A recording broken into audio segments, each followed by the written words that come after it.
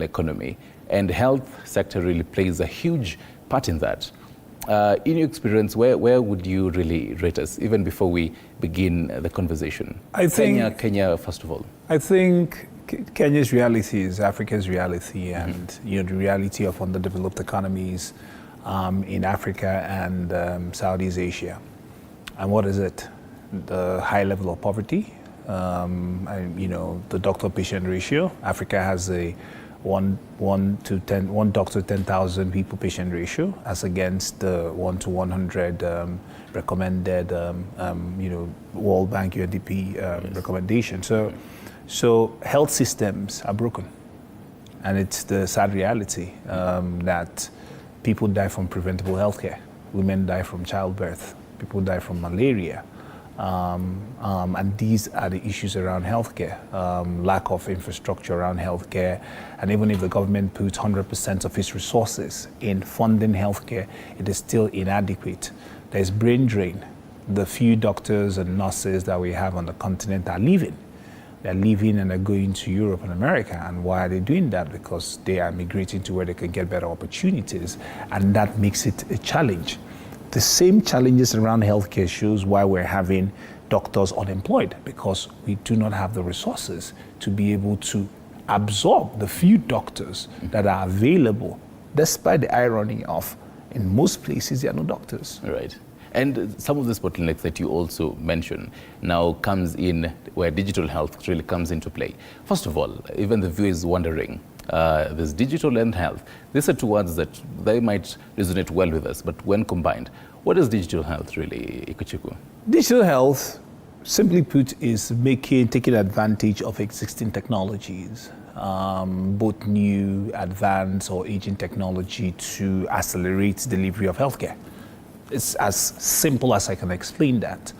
And, when you look at leveraging technology to deal with healthcare, and what are we fixing? So if we're saying we're fixing accessibility, the fact that you have very few doctors around, then digital technology can make it easy for somebody in Isiolo or Waji, where there are no doctors, to be able to get first level medical consultation or digital telehealth consultation from a doctor in Nairobi. That is the leveraging access. Then affordability, right? That same person, the cost of transportation from their location to where they are going to next healthcare center becomes a challenge, and it's affordable. It becomes more affordable if you're able to chat with a doctor remotely and save yourself the cost of transportation. Oh, yes. Similarly, if so that dealing with affordability, then you begin to look at why technology becomes important. Why is technology important? Kenya, for example, has a 107 mobile penetration rate. Okay. Every household in Kenya has a mobile phone, right? What we're saying, and this is the fight that the dream, is to put healthcare in every mobile phone. But then even and sorry to cut you short, the whole fine. I mean, every household might have a phone, but then speak on also the network connectivity in the health view. For example, and you mentioned the Wajir, and these are places when you look at even the network connectivity there, and if you remember the COVID times, they may not really have the advantage to actually access some of these services digitally. And actually even call maybe a doctor and some of this stuff. And this is part of the issues we're solving. My company, one of them, is the fact that technology doesn't have to be very advanced technology to accelerate access to healthcare. Okay. So the person in Waji, do they use M-Pesa? Yes, they do. Can your phone? It's as simple as that. Can your phone be able to transact basic text message? Then we're able to give you an opportunity to chat with a doctor, via text, and get first level medical consultation. But it goes beyond that. It's also ability to empower financially, right? An opportunity for the person to be able to pay for their insurance, to be able to have access to receive health today. All right. Now, healthcare intervention becomes important because when you provide access with the most basic technology, you are given an opportunity for somebody to be able to access health, right? So healthcare information, healthcare education becomes very important in adopting, what we call digital health today. Right.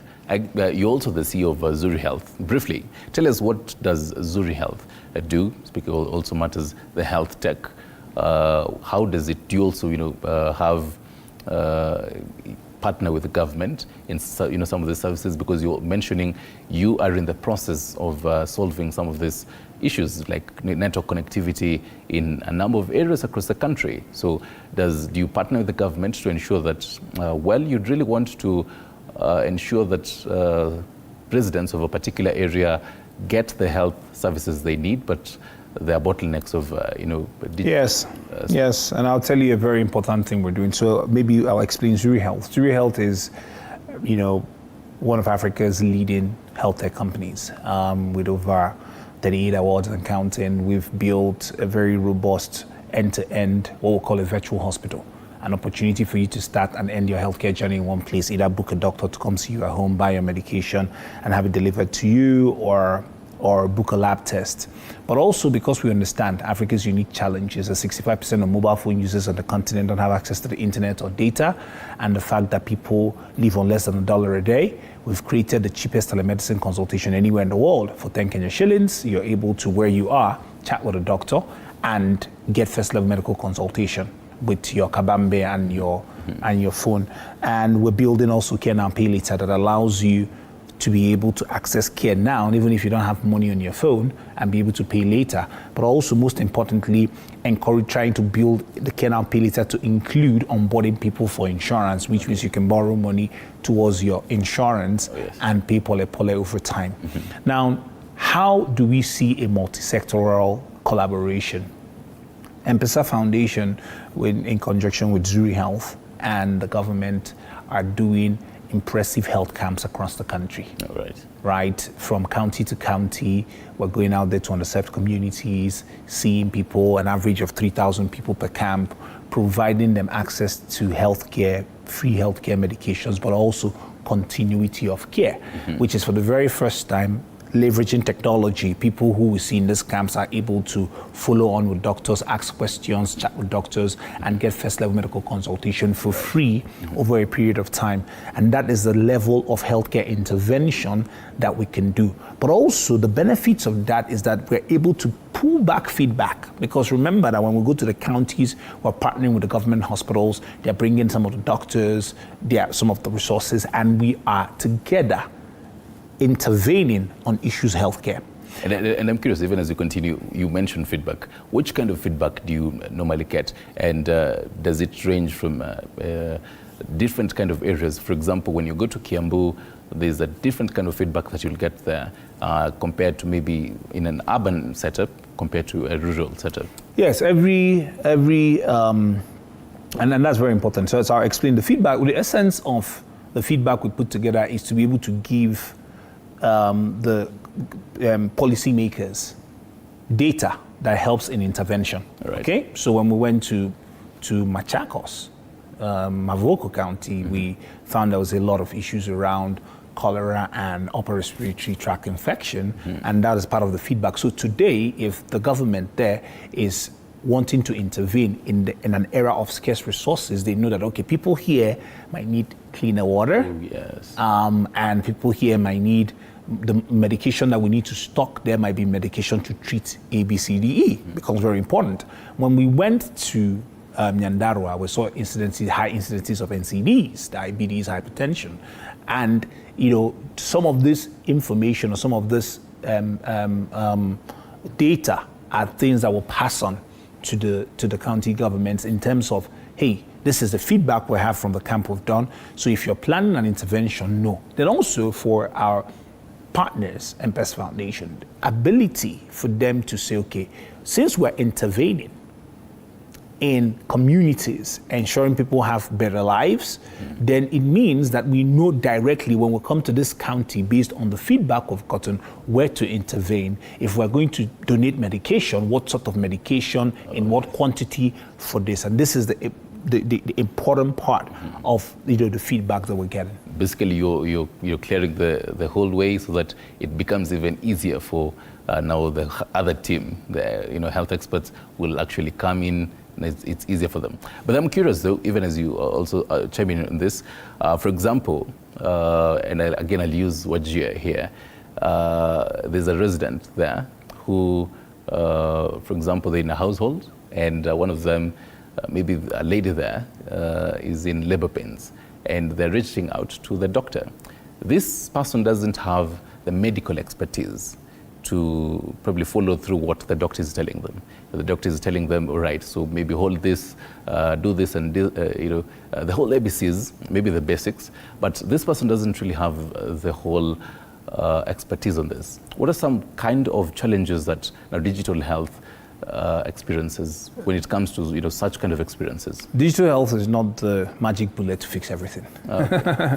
And digital health will help accelerate health equity. It will help ensuring that we can fix together. So it's a multi-call. So remember that it does not replace need for brick and mortar hospital. There needs to be investment in brick and mortar hospital. But we're saying that the person who is in Waji, who has labor pains, can be able to speak to a doctor virtually.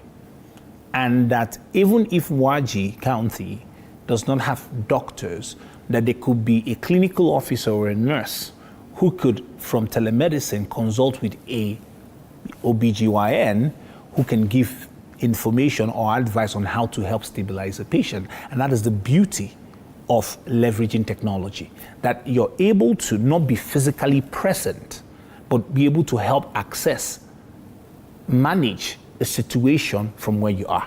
So let me give you an example. Now, I can say that, probably Kenya doesn't have up to 100, pediatric oncologists, right? But in India, there are maybe 1,000 of them, right? An opportunity if there is a child with cancer, leveraging access to technology to have a virtual consultation with their report with an oncologist based in India and get information around the treatment is part of the things that digital technology and health tech can help promote and grow. But also let's look at from a medical records perspective, an opportunity for you to seamlessly have access to your medical data. And if you are leaving, having seen Dr. A in Waji, and you move over to Nairobi to Kenyatta National Hospital, and access for your records, for someone to be able to say, okay, when you were in Waji, what was done, what was treated, what was your status, it's easy, it's seamless.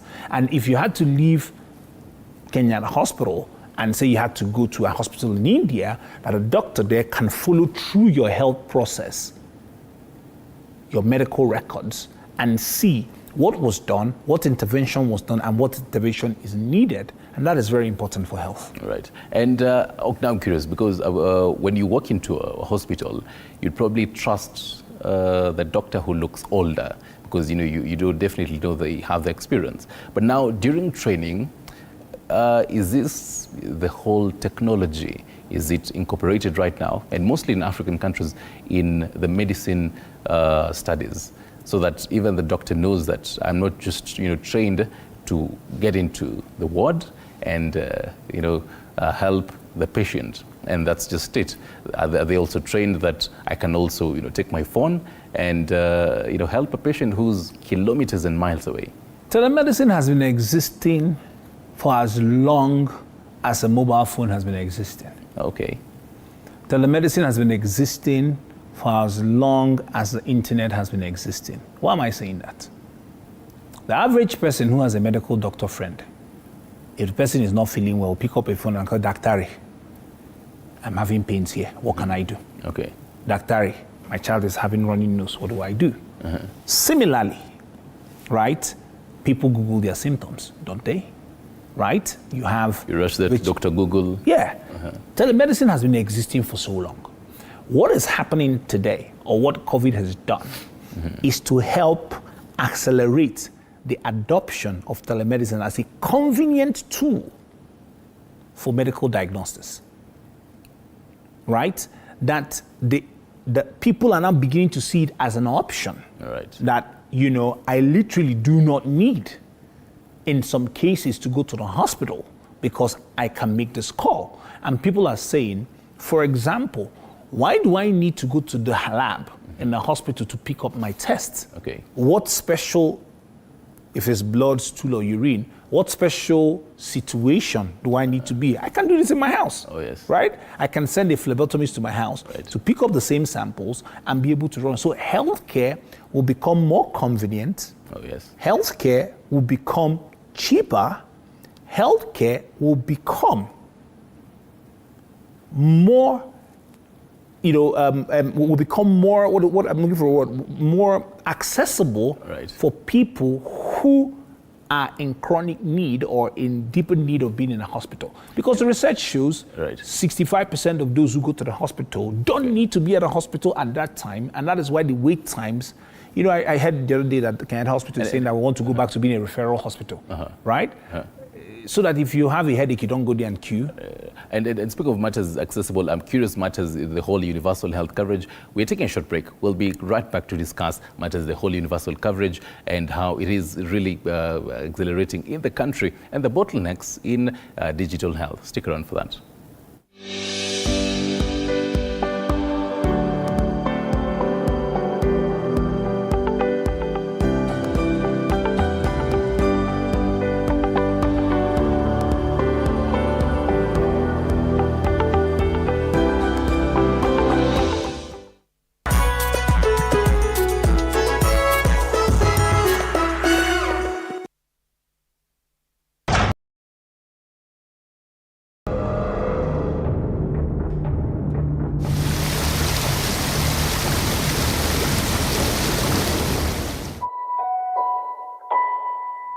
Dakika kidogo bibi ya Eric alinipigia. Nyaloka. Bongo alirudi nyumbani. Nikasema hapana, Bongo hakurudi. Nikamuuliza na Eric pia hajaonekana. Kwa nafikiri mtoto yangu tarudi. Sikujua hiyo ndio mtoto yangu. Nilikuwa napiga hiyo simu, dakika kidogo najaribu. Dakika kidogo na kwa maana simu kama mtu nafungua huko, narudisha message. Na yake hiyo mnyamaza tu. Ulimi yake hakukuwa. Hata hii macho hakukuwa. Join me, Andrine Kilemi, this Sunday, the 3rd of September, for a heart-wrenching experience of families whose kins disappeared to dead ends.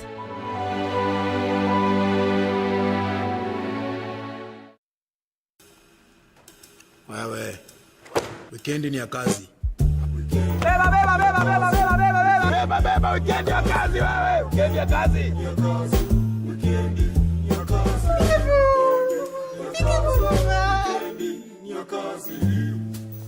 Weekend ya kazi.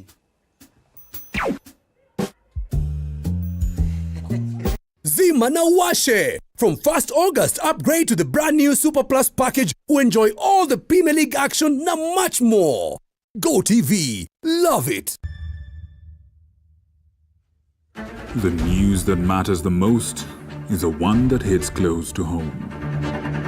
When disasters strike, we are there to inform you. When the bullets are flying, we tell you who's shooting and why. Reporting on your victories, your health, your money, your security, your past, present, and future. We are interested in telling the stories of creativity, hard work, and resilience that you are known for. That is our job. This is my job. My name is Victor Muyakane, and it's my honor to bring you this news this way every Thursday night on the home of Untold Stories.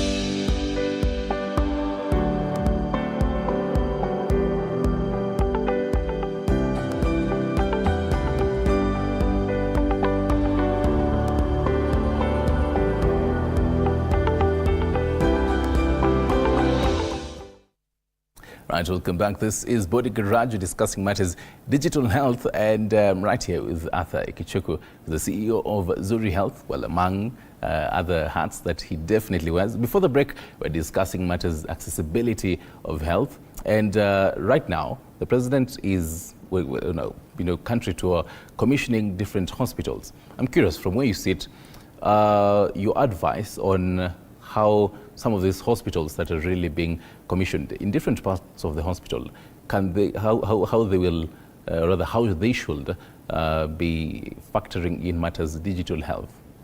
Thank you very much. I think just yesterday there was a bill, right, a raft of bills, and one of them was the digital health bill. Mm-hmm. You know, the government is very focused on making e-health a very important pillar of his healthcare, and I'm excited about that because regulation, putting some sort of regulation and framework around digital health can help in the adoption or acceleration of healthcare, and with the government's backing it becomes easier. The journey to healthcare education becomes easier and adoption will grow. Now, brick and mortar is very important. If the government is investing in putting up brick and mortar hospitals around Kenya, it should be encouraged. It is exciting and kudos because it's very important. Staffing is also important. Being able to staff, with the people and equipment, but also looking at creative ways in areas where because you see, you can't force doctors to stay or force nurses to stay, right? If they have to leave, they will leave. The opportunity is how you can leverage using technology where you have a surplus, right? There are doctors in Nairobi who are unemployed, right? But I'm sure that there are areas in Kenya where there's a doctor deficit.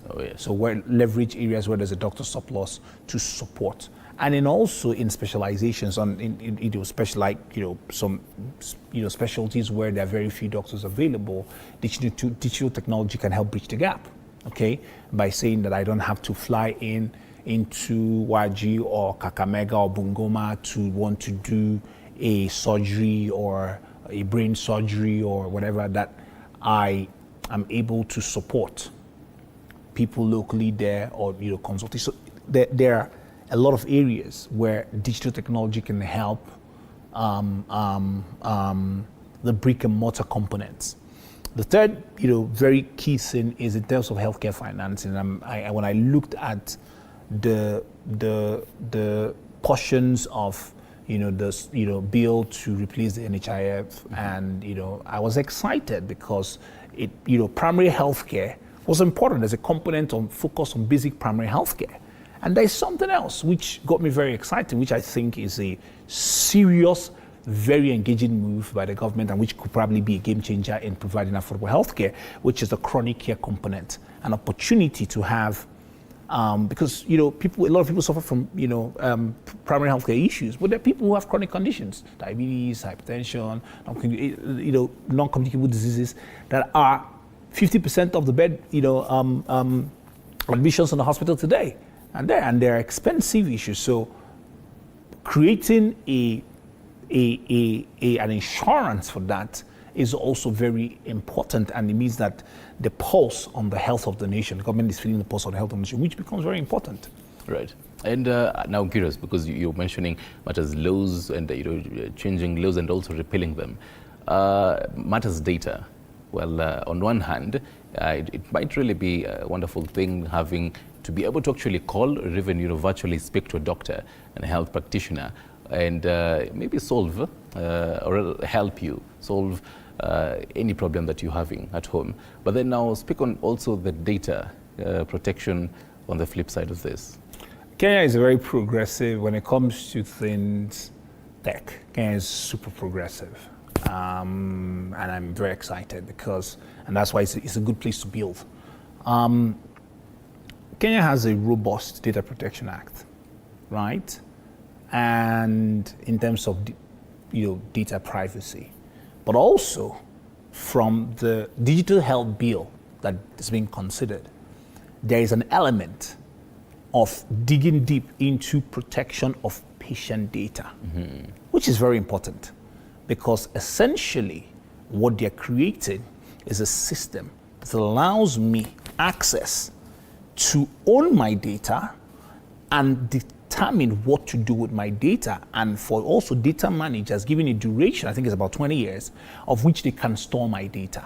This is a very important thing, because there are opportunities around data that can be abused, and also there are opportunities around data that can be used powerfully to transform lives.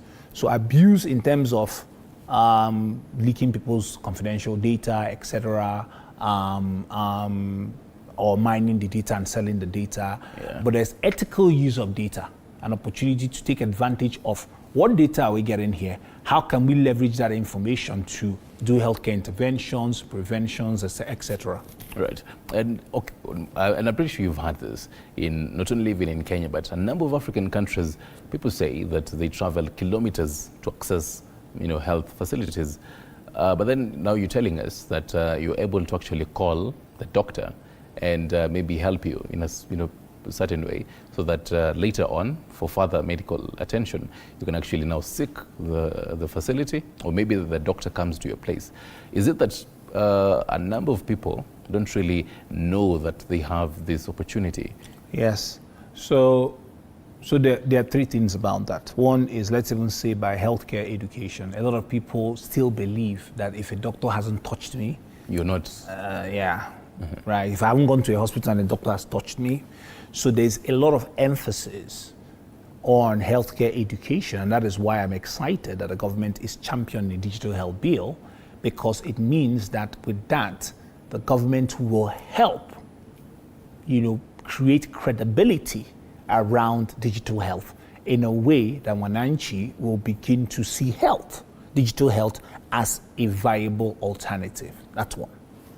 Number two is that the beauty about what technology does is that it helps reduce cost. And for example, my company has a face recognition software that can allow you check your HbA1c, your blood pressure, your blood saturation, and your full body wellness, right? And it will be retailed for less than 200 bob. But if you walked into a hospital to do those tests, it will cost you about 4,000 shillings. It'll be more expensive actually. 4,000 shillings. Yeah. So you're seeing the variance between what digital health is able to do for you, right? And what brick and mortar, and this is at the convenience of your home and in your pocket. So it will no longer be an excuse if you're diabetic not to check your HbA1c every 3 months, because you're wondering, when am I going to see 4,000 bob? But for 200 shillings, you're able to get the same data you'll be able to get by walking into a hospital and having your blood drawn. That is the affordability component of digital health that makes it easier for you. Then the third one is, just think about it. If I earn $1 a day, am I about to spend that dollar taking a boda boda or matatu from my house to the nearest healthcare center, or am I going to buy food? You definitely have to buy food. I buy food, yeah. Right? So if there's an alternative for me in my shags or in my local where I live to spend 10 bob to chat with the doctor as many times as I want and get all the information, why will I spend 150 bob, 100 shillings to take a boda boda to go and queue and spend hours and waste the whole day and not earn any money that day to get the same information I will get if I said? Then there's also the other thing about the cultural nuances. Oh, yes. Think about mental health becoming a big issue today. People don't want to discuss it openly. Digital health provides a safe avenue for you to be able to chat with a therapist and get first level health information, or just, where you're anonymously able to engage without feeling being judged, etc. And this is also moving towards sexual reproductive health, where young people can be able to get expert advice on issues sex that they will find difficult discussing with either parents, right, guardians, or even in the local dispensaries or community hospitals just because you don't want the nurse who knows your mother telling you. By the way, last week your daughter came in asking me about contraceptives. And actually, hold that thought and that particular story. I'm quite interested in the whole even STIs and matters HIV and even for the younger generation really approaching and going to Dr. Google. We're taking a short break. We'll be right back to know what are the whole bottlenecks of just going direct to Dr. Google.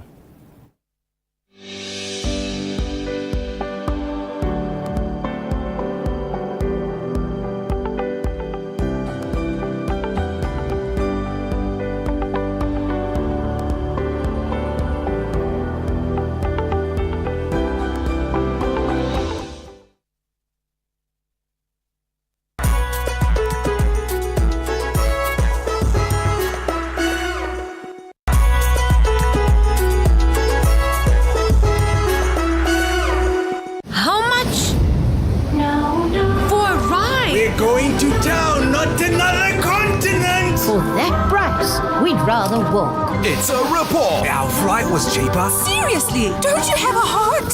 That thing? Of course it doesn't. Rather deal with real people. Download InDrive, agree on a fair price with your driver and say goodbye to unfair rides. InDrive, people driven. Hi, hi.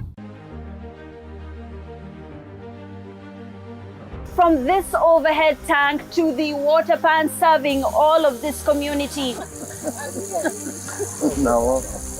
Awali tulikuwa tunaenda kuchota maji tukitumia ndoo na kibuyu ya jerrycan. Over 200 households benefiting. However, is it a phantom project or are the people really benefiting from this? Wale household itaweza ikasaidia hapa is more than 500. Join me, Hibak Said, on a 3-part series on where the irrigation water is really going. Welcome to the Mwai Kibaki Convention Center, the premier events venue. Our state-of-the-art facilities are designed to meet all your needs, from large-scale conferences to intimate meetings and everything in between. Located in the heart of Thika, the Mwai Kibaki Convention Center offers stunning views of the city skyline and is easily accessible from all major transportation hubs. Our facility features ample parking, free Wi-Fi, advanced audiovisual equipment, and our technical team is always on hand to ensure your event runs smoothly and seamlessly. Don't take our word for it. Make your next event unforgettable at the Mwai Kibaki Convention Center. Contact us today for bookings and reservations. Email multimedia@mku.ac.ke or call us on 0708 212204 or 0727 441733 or 0721 438 629 to learn more about our services and book your event. Well, it's not just about viewing it anymore. I'll take you there.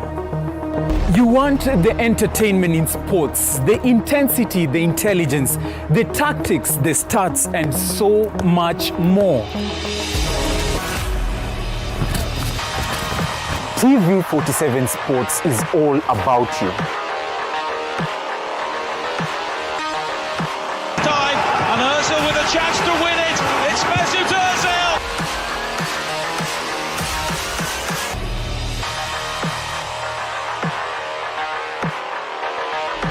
You want accurate information about the sport you love. Safety car is coming in at the end of this lap. We're going to have one lap of racing to decide the championship. My name is Dennis Otieno and this is TV47 Sports.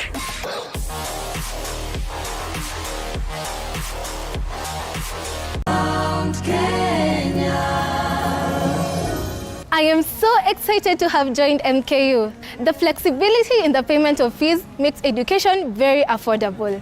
With over 165 fully accredited programs and the state-of-art learning facilities, you literally have the world in your hands in terms of career choice. The learning is not only uninterrupted, but also supported through ICT. And within no time, you're done with your studies.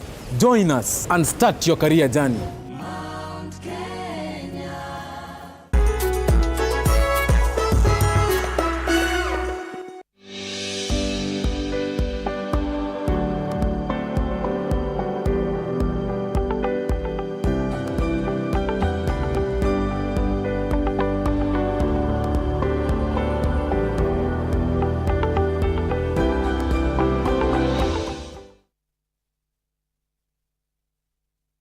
Right, welcome back. In case you're just joining us, this is the Body Garage and we're discussing matters digital health. So in case you've probably ever had maybe something wrong with your body and you directly just go to Dr. Google and search your symptoms, what you're feeling, maybe you have a headache.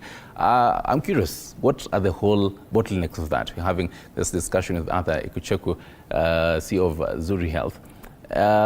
First of all, and I know definitely you've had an experience on this. Even it also brings up the whole topic on misdiagnosis. We normally hear this when you go to the hospital physically and you get this misdiagnosis of a particular disorder. But then can that happen in virtually? When you're speaking to the health practitioner. See, the issue of misdiagnosis will happen in a hospital setting or in a virtual setting.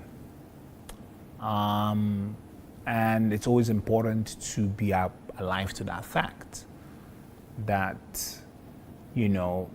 doctors can make mistakes. Doctors can possibly not have all the picture. And that's important. So what always happens is that there are checks in place to ensure that the incidence of misdiagnosis are, very low, okay? But there are possibilities that it could happen. Now, you asked a very important question about Dr. Google, okay, and the issue of self-diagnosis. Now, if you have a pain in the back, right, and you rush then, just rush and say this is pain. When you check it, all the symptoms you see, cancer is always the top of it. There's nothing that, that is not a symptom of, so you're worried. The fact is... in the back of my mind, you've already told yourself, or maybe I just have cancer. Yeah, the challenge, and that is part of why we're, advocating for saying that rather than just Google your symptoms, talk to a doctor, right? Because a doctor is trained to be able to triage you. A doctor is trained to ask you some basic questions that can help in diagnosing you. And if the doctor feels that the information that you're presenting is not enough to get a clinical correlation, or get a clinical diagnosis, the doctor would advise you to either go to a brick and mortar hospital or to do certain tests to be able to have more information to give you. And that is why we're saying, listen, don't Google, ask Zuri.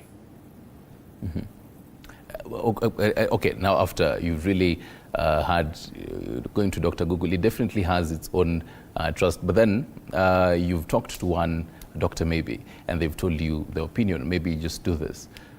Speaks again on matters trust.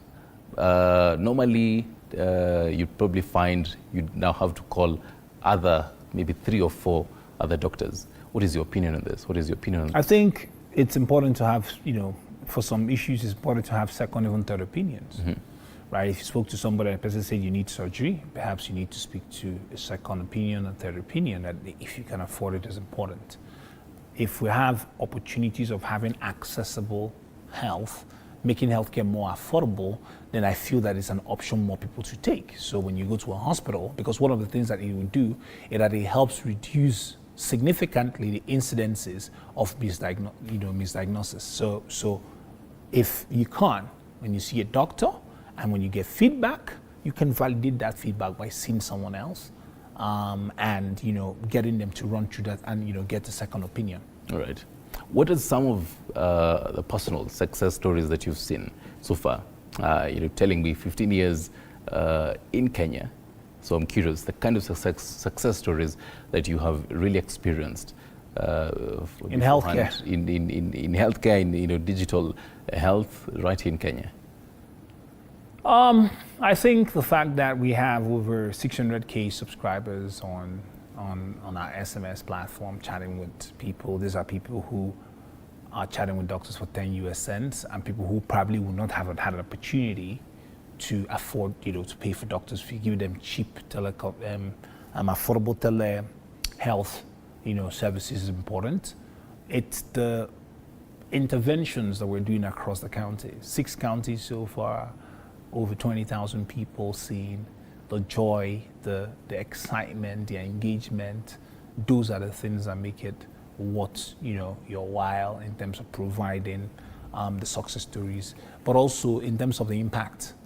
People who had chronic conditions they didn't know, when you screen them 3 months, when you go back, they are managing their conditions better, they are more aware of what their conditions are, and they are working towards it. In Nyandarua, somebody told us that diabetes is a rich man's disease and they don't have diets, they can't afford to diet. And we said, no, that's why you have a nutritionist here. And the nutritionist is able to tell you, using the local foods, how to plan a balanced meal for a diabetic.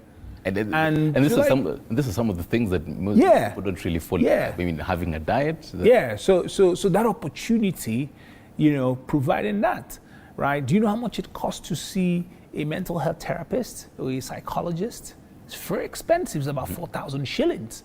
Providing access with your therapist for 400 bob, right, is making it easier for thousands of people who have depression or challenge or issues, an outlet to be able to engage. And this is the beauty of democratizing access to healthcare, right? For me, it is a fulfilling job. It is a David mandate. It's an important thing, because healthcare is a fundamental human right. Is there a follow-up mostly? Because, for example, someone texts you that randomly, hello there, I am probably having just a bad day, I'm feeling suicidal, and maybe now there's a whole, the health practitioner probably tell them, do this and this and this and this. Is there a follow-up now after that? Of course, there's follow-up, there are guidelines, there are follow-ups, and some cases, depending on how the person is engaging, we can actually send somebody physically to where you are, and also get the government involved in terms of if you needed to be admitted, etc. So there is follow-up, and also there is routine checks just to know how you are. How does this work? Do you have to call this person? Yeah. So when you're chatting, so you access to your number. And, depending on the conversation or what you're saying, the psychologist determines if I need to go see the person. In some cases, the psychologist will pay a visit, call the person, say, I'm coming to see you. Maybe in that case, the person says, I might need to involve a psychiatrist. And the psychiatrist will say, okay, maybe the person needs hospitalization or medication, etc. So, essentially, some of the cases are resolved by chat. Some people are just stressed and they just need to talk to somebody. And after a while, they are okay because someone is listening to them, or they have an outlet where they are venting. Similarly, there are people who require more care. Then the case presents to the psychologist or the doctor or the psychiatrist, what the next steps should be based on the case. Right. Normally, we always have new variants popping up. I remember even during the COVID-19, it came and we were wondering, what is this? There was a number of misinformation on the same. I remember this year, but around January, there's a whole matters super gonorrhea, a whole new variant that is maybe it's different from the gonorrhea that we're used to. How does that play along when even for patients trying to access information on the same, and even for the health practitioner, they're trying to probably advise you on the same, but then each day we're seeing maybe a new variant, probably even a new disease. I think one of the things is that if you live in the world today, you need to be open to the fact that there will be different variants of flu, different variants of COVID, different variants of different issues. You need to be prepared. And one of the things that telehealth does is help our level of preparedness, because COVID exposed the underbelly of African health. If COVID had hit Africa, God was very merciful. The way it hit Europe and America, it would have been 10 times the mortality, the number of deaths. Right. So we had a relatively easier time dealing with COVID. However, we should learn from the preparedness. Right. We should learn from the issues that we're seeing in terms of vaccine equity. Okay. The fact that we're not able to, the same vaccines that people were hoarding in Europe and America was even accessible for Africa to buy. Right. Investment in healthcare preparedness. Right. We can start with basic primary healthcare. Most definitely. Basic issues around healthcare information, because a lot of the issues around healthcare starts from information. People need to get access to information, and that is why if a government is saying, I'm trying to bring together a digital health bill, right, that can help regulate and guide the practice of digital healthcare, that stamp of authority will help improve healthcare information. Information is boss. Asante sana Kichuku Arthur, CEO of Zuri Health, for having this particular discussion. Remember, this conversation always on Thursdays at 8 a.m. I was just filling in for Dr. Chebzi. I am usually Stanley Nyeringita. Goodbye for now.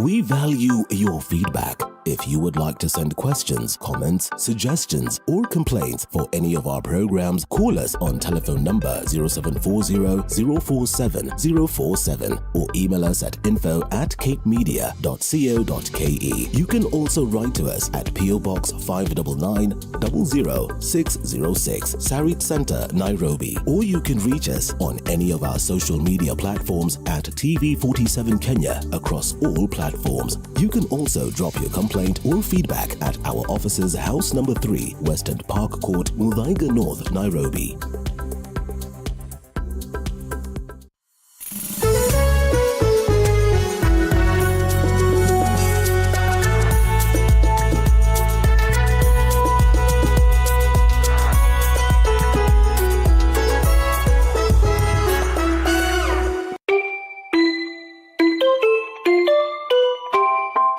Join the fun Saturday at 9 a.m. Hi, my lovelies. Welcome to Kids on the Block.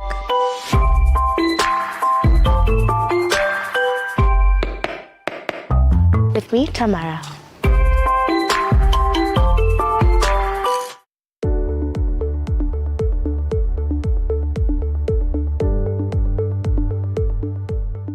If someone faints, ensure to do the following.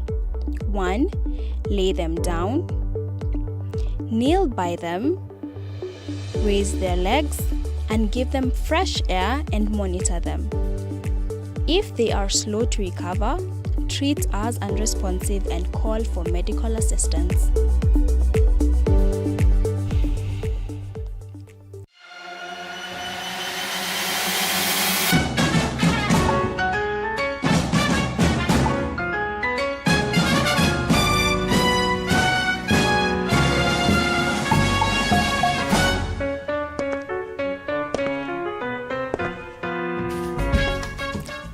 The thing about coffee is it means different things to different people. To some, it is what gets them going every day. The ability to transform groggy mornings into vibrant beginnings. To others, it is a fuel that drives them through the day. The thing about coffee is that we like it differently. I love mine with a little bit of a sweetener. And I love mine strong. For me, the darker, the better. The thing about coffee is it gives a platform for sharing news and reviews. The best opportunity for a great conversation. It is the perfect way to kickstart your day. And here, we serve it hot.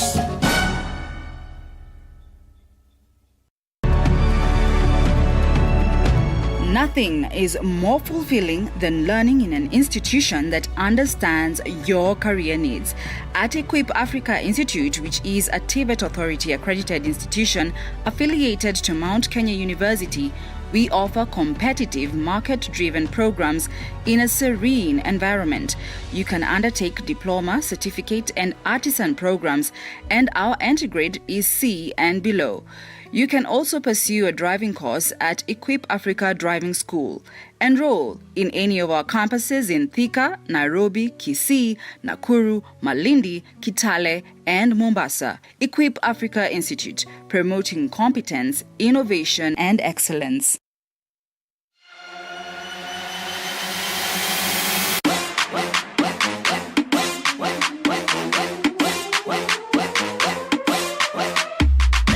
Kwa mirindimo kemkem ya michezo, mahojiano ya kipekee na mabingwa wetu,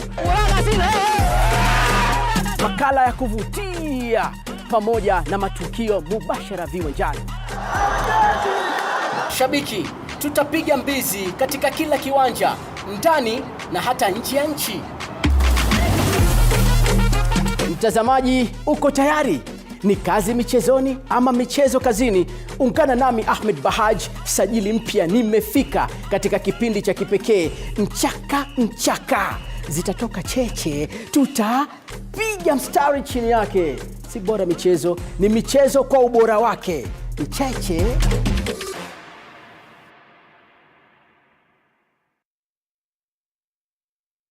Radio 47, tuko nawe mchana kutwa na usiku kucha.